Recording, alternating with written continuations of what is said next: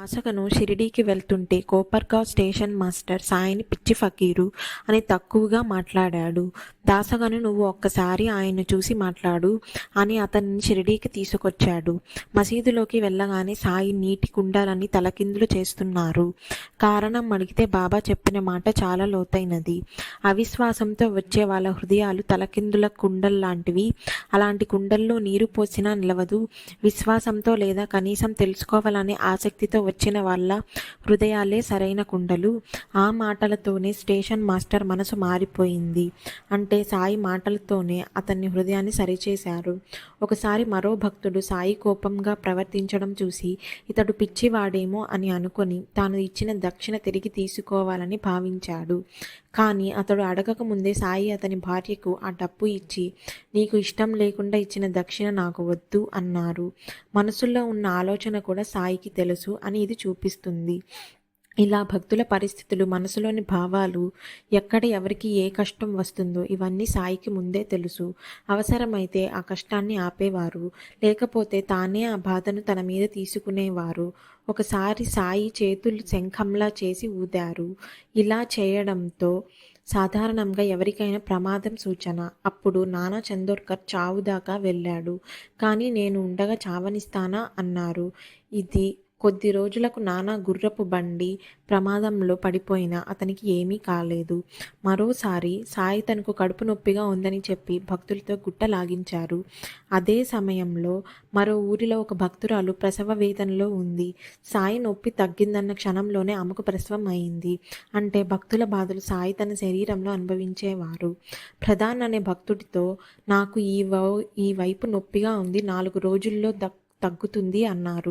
తర్వాత తెలిసింది అదే సమయంలో ప్రధాన్ తల్లికి బొంబాయిలో పక్షవాతం వచ్చింది. ప్రధాన్ షిరిడీలో ఉన్నంత వరకు ఆమెకు ప్రమాదం లేదు. అతడు ఇంటికి చేరి ప్రసాదం ఇచ్చాక ఆమె జబ్బు తగ్గింది. ఇలా సాయి ఎప్పుడూ భక్తుల కష్టాన్ని గమనించేవారు. వీలైతే తొలగించేవారు. కానీ కొన్ని సందర్భాల్లో తొలగించకపోతే దానికి కారణం కర్మ. మోహిలే అనే భక్తుడి కుమార్తెకు పెదవి చీలక ఉంది. సాయి నేను దీన్ని బాగు చేయగలను, కానీ ఈ పిల్లకు ఆయుష్ తక్కువ అన్నారు. అలాగే ఆమె కొద్ది కాలంలోనే మరణించింది.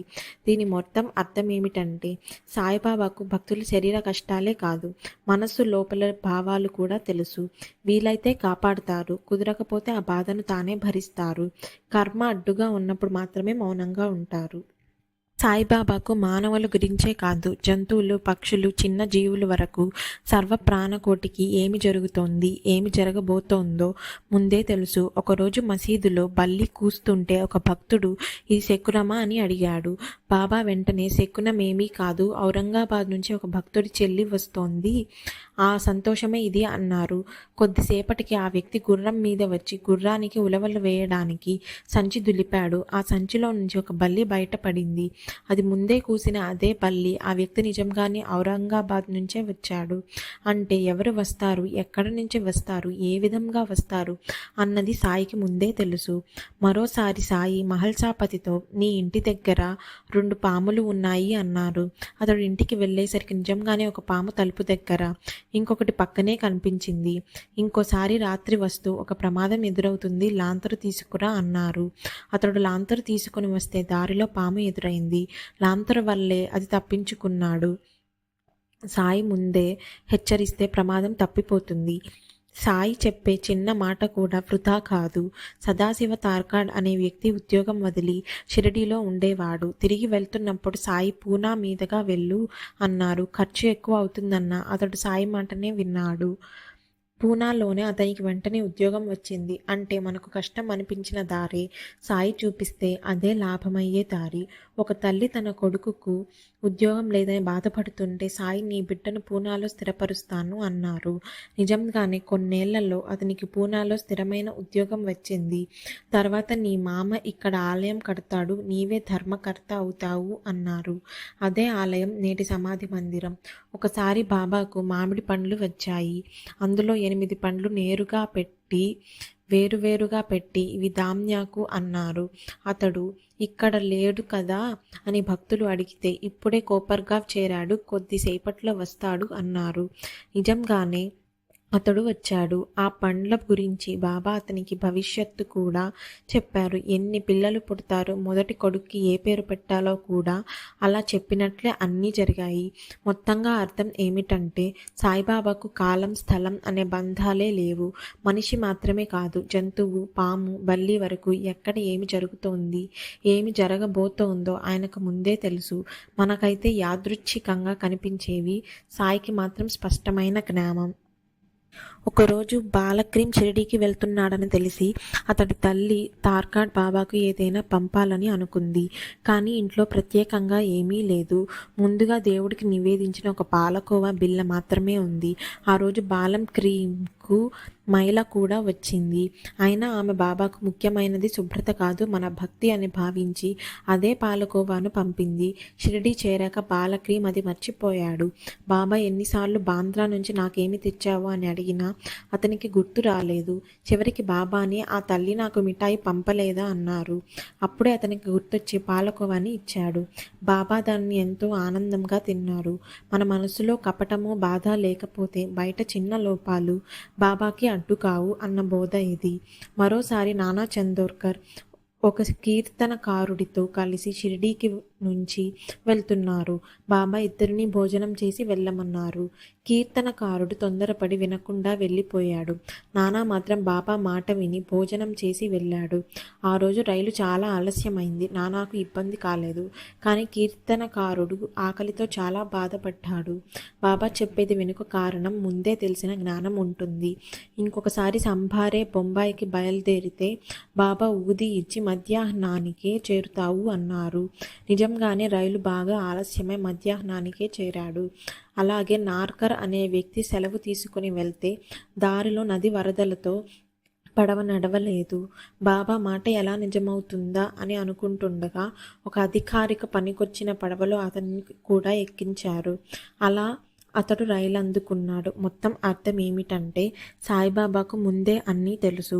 రైలు ఆలస్యం అవుతుందా, ప్రయాణంలో ఇబ్బంది వస్తుందా, మనం ఆకలితో ఉండాల్సిన పని వస్తుందా, అన్నీ మనము ఆయన మాట వింటే ఇబ్బందులు లేకుండా దారి సర్దుకుంటుంది. బాబాకు భక్తి ముఖ్యము, విధేయత ముఖ్యము. అదే మన రక్షణ.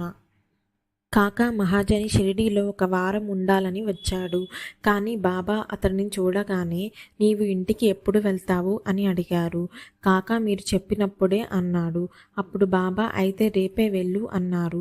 కాకా మన్నాడు బొంబాయి చేరగానే తెలిసింది ఆఫీసులో పై అధికారికి జబ్బు వచ్చిందని. ఆ రోజు తప్పకుండా కాకానే ఆఫీసుకు రావాల్సిన అవసరం ఉందని. బాబాకు ముందే అతడి అవసరం తెలుసు కాబట్టి అలా పంపించారు. ఇంకొక భక్తుడు ధూమల్, అతడికి మరుసటి రోజు నీఫాడ్లో కోర్టు పని ఉంది. దారిలో బాబాను దర్శిస్తే బాబా అతడిని వారం రోజుల పాటు షిరిడీలోనే ఉండమన్నారు. తర్వాత నీఫాడ్ చేరాక తెలిసింది ఆ రోజు జడ్జికి జబ్బు వచ్చి కేసు వాయిదా పడిందని. బాబా అడుక్కున్నది ఇబ్బంది రాకుండా ఉండేందుకే. ఇక జోగ్ అనే వ్యక్తి కథ. అతడు ఒకరికి 1400 రూపాయలు అప్పుగా ఇచ్చాడు. నోటు గడువు దాటిపోతున్నా అప్పు తిరిగి రాలేదు. ఆ వ్యక్తిని అడగడానికి బయలుదేరుతుంటే బాబా నవ్వుతూ నీ డబ్బు ఎక్కడికి పోదు, ప్రశాంతంగా కూర్చో, అది తానే వస్తుంది అన్నారు. జోకు కోపం వచ్చింది. నేను అడగకపోతే వాడు ఎందుకు ఇస్తాడు? ఆ డబ్బు రాకపోతే నేను ఎలా బ్రతకాలి? మీ సేవ ఎలా చేయాలి అన్నాడు. బాబా వెళ్ళడానికి అనుమతించలేదు. కొంతకాలానికి నిజంగానే ఆ వ్యక్తి వచ్చి 1400 రూపాయలు ఇచ్చాడు. కానీ జోగ్ వడ్డీ కూడా ఇవ్వాలని పట్టుపడ్డాడు. ఇప్పుడు బాబా వడ్డీ తీసుకోకుండా తీసుకో అన్నారు. అందుకే జోగ్ ఆ డబ్బును తీసుకొని బాబాకే అర్పించాడు. బాబా కొద్దిగా మాత్రమే తీసుకొని మిగతాదంతా అతనికే తిరిగి ఇచ్చారు. అత్యవసరం లేకుండా వడ్డీ తీసుకోవడం పాపం.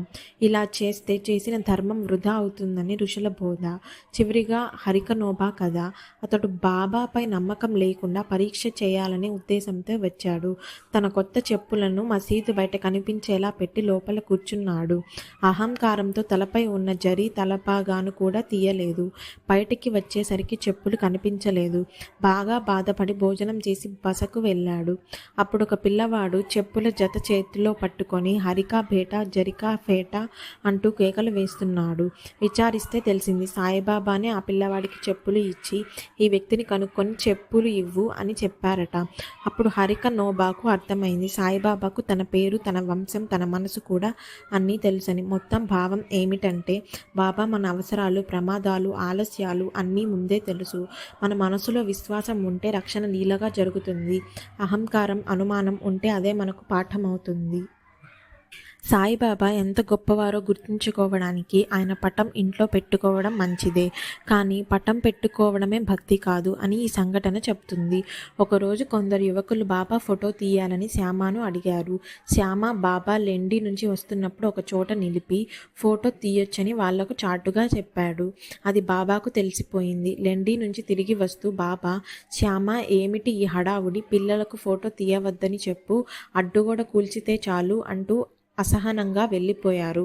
అంటే బాబాకు బాహ్య ఆడంబరాలు, హడావిడి నచ్చవు. ఫోటో రూపం కన్నా మన మనసులోని భక్తి ముఖ్యమని ఆయన సూచించారు. ఆ యువకులు మధ్యవర్తుల్ని ఆశ్రయించకుండా నేరుగా బాబానే మనస్ఫూర్తిగా కోరితే పని జరిగేదేమో అని భావం.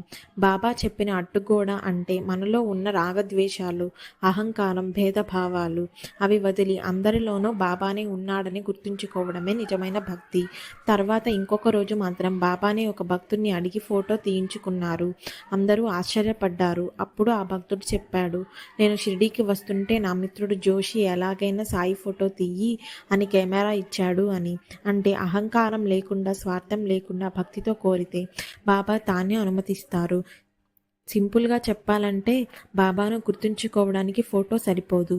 మన మనసు శుద్ధంగా ఉంటే అందరిలోనూ బాబాను చూడగలిగితే అదే నిజమైన భక్తి. ఓం సాయిరామ్.